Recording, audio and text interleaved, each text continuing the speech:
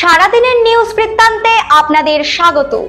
সারাদিনের বাছাই করা খবরের আপডেট নিয়ে আপনাদের সঙ্গে আমি অনিন্দিতা।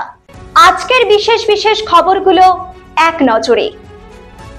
প্রিন্ট জুয়েলার্স, সোনা যা সর্বক্ষণে। Agnishwar jewellers, NS road, Raiganj. Shri Dhaka jewellers, Gitanjali cinema হলের বিপরীতে।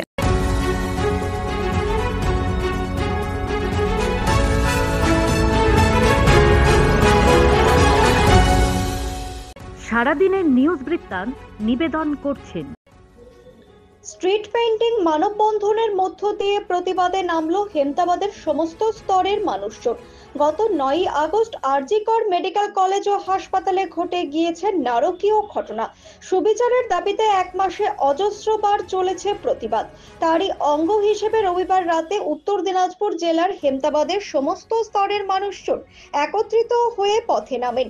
হেমতাবাদের পুরনো বাস স্ট্যান্ডের কাছে নেতাজি মূর্তির পাদদেশে স্ট্রিট পেইন্টিং করা হয়। ধর্ষণ বিরোধী বার্তাকে সামনে রেখে একাধিক ছবি অঙ্কন করা হয়। এরই পাশাপাশি পালন করা হয় মানববন্ধন কর্মসূচি। সকলের একটাই স্লোগান, উই ওয়ান্ট জাস্টিস। রায়গঞ্জের ফোয়ারা মোড়ে ঠাকুর পঞ্চানন বর্মার 90তম তিরোধান দিবস পালন করল রায়গঞ্জ পৌরসভা। উপস্থিত ছিলেন রায়গঞ্জ পৌরসভার পৌর প্রশাসক সন্দীপ বিশ্বাস, শিক্ষাবিদ সুশীল গোস্বামী সহ বিশিষ্ট ব্যক্তিরা।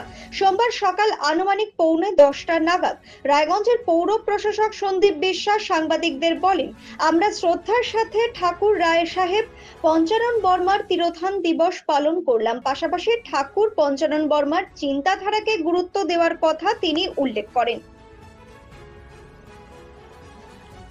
আরজিকর ইস্যুতে হেমতাবাদে বিক্ষোভ কর্মসূচি পালন করলো ডিওয়াইএফআই নেতৃত্ব।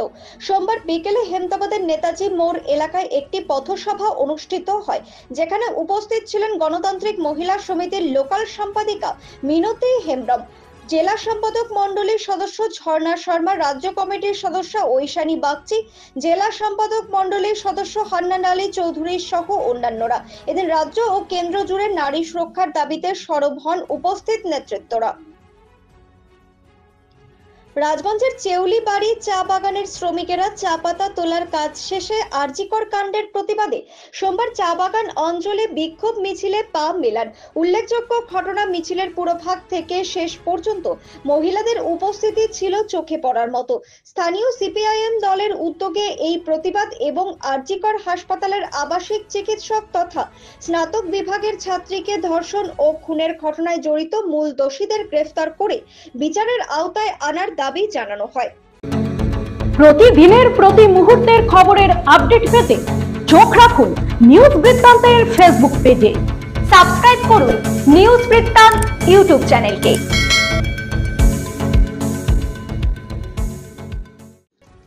অভিনব উদ্যোগ, 21 জন টিবি রোগীদের পাশে দাঁড়ালেন ফালাকাটা গ্রামীণ ব্লক তৃণমূল যুব কংগ্রেসের সহ সভাপতি জাবেদুল আলম। জানা গিয়েছে, এই রোগের প্রতিরোধে ওষুধের পাশাপাশি গুরুত্বপূর্ণ ভূমিকা পালন করে পুষ্টিকর খাবার। সোমবার ফালাকাটা ব্লকের ধনিরামপুর 1 নং গ্রাম পঞ্চায়েত এলাকার মোট 21 জন টিবি রোগীদের পাশে দাঁড়ালেন ফালাকাটা গ্রামীণ ব্লক তৃণমূল যুব কংগ্রেসের সহ সভাপতি জাবেদুল আলম। এদিন 21 জন রোগীদের হাতে পুষ্টিকর খাদ্য সামগ্রী তুলে দেন জাবেদুল বাবু। হেমতাবাদ ব্লকে ভোট গ্রহণ কেন্দ্রের সংখ্যা বৃদ্ধি নিয়ে হেমতাবাদ বিডিও অফিসে বিভিন্ন রাজনৈতিক দলের প্রতিনিধিদের নিয়ে বৈঠক করলেন বিডিও। সোমবার দুপুরে বিডিও দপ্তরে এই বৈঠকটি অনুষ্ঠিত হয়, যেখানে বিডিও সুদীপ পাল, জয়েন্ট বিডিও রৌনক রায় সহ বিভিন্ন রাজনৈতিক দলের প্রতিনিধিরা উপস্থিত ছিলেন। ব্লক প্রশাসনের পক্ষ থেকে জানা গিয়েছে, হেমতাবাদ ব্লকের বর্তমানে 112টি ভোট গ্রহণ কেন্দ্র রয়েছে, কিন্তু ভোটার সংখ্যা বৃদ্ধি পাওয়ায় আরো 2টো ভোট গ্রহণ কেন্দ্রের প্রয়োজন রয়েছে। সেই বিষয়ে রাজনৈতিক দলের প্রতিনিধিদের নিয়ে বৈঠক করা হয় এদিন। ইতিমধ্যে গান গেয়ে প্রতিবাদ জানিয়েছেন সঙ্গীত শিল্পী অরিজিৎ সিং। এবার সেই পথেই হাঁটলেন রায়গঞ্জের ঘরের ছেলে সঙ্গীত শিল্পী রানা মজুমদার। বিখ্যাত সুরকার ও গীতিকার সলিল চৌধুরীর লেখা আমার প্রতিবাদের ভাষা গানটি নিজ কণ্ঠে গেয়ে আরজিকর কাণ্ডের জন্য বিচার চাইলেন রানা মজুমদার। নিউজ বৃত্তান্তের প্রতিনিধির সঙ্গে একান্ত আলাপচারিতায় জানালেন এই ঘটনা নিয়ে তার দৃষ্টিভঙ্গি। বললেন, এ লড়াই অরাজনৈতিক নয়, বরং ততটাই রাজনৈতিক। তিনি জানালেন, শিল্পী হয়ে হয়ে যদি অন্যায়ের প্রতিবাদই না করতে পারি তবে তা শিল্পী সত্তাকে অপমান করা ছাড়া আর কিছু নয়। এই প্রতিবাদ আগামী প্রজন্মের কাছে একটা দৃষ্টান্ত হয়ে থাকবে। বন দপ্তরের খাঁচা ভেঙে পালালো চিতাবাঘ, জখম চা বাগানের চৌকিদার। সোমবার ঘটনাটি ঘটেছে জলপাইগুড়ির বানারহাট ব্লকের আমবাড়ি চা বাগানে। জানা গিয়েছে বেশ কিছুদিন ধরে আমবাড়ি চা বাগানে চিতাবাঘের উপদ্রব লক্ষ্য করা যাচ্ছিল। প্রায় এক সপ্তাহ আগে আমবাড়ি চা বাগানের 16-17 নং সেকশনে খাঁচা পাতে বন দপ্তর। সেই খাঁচাতেই সোমবার সকালে ধরা পড়ে একটি চিতাবাঘ।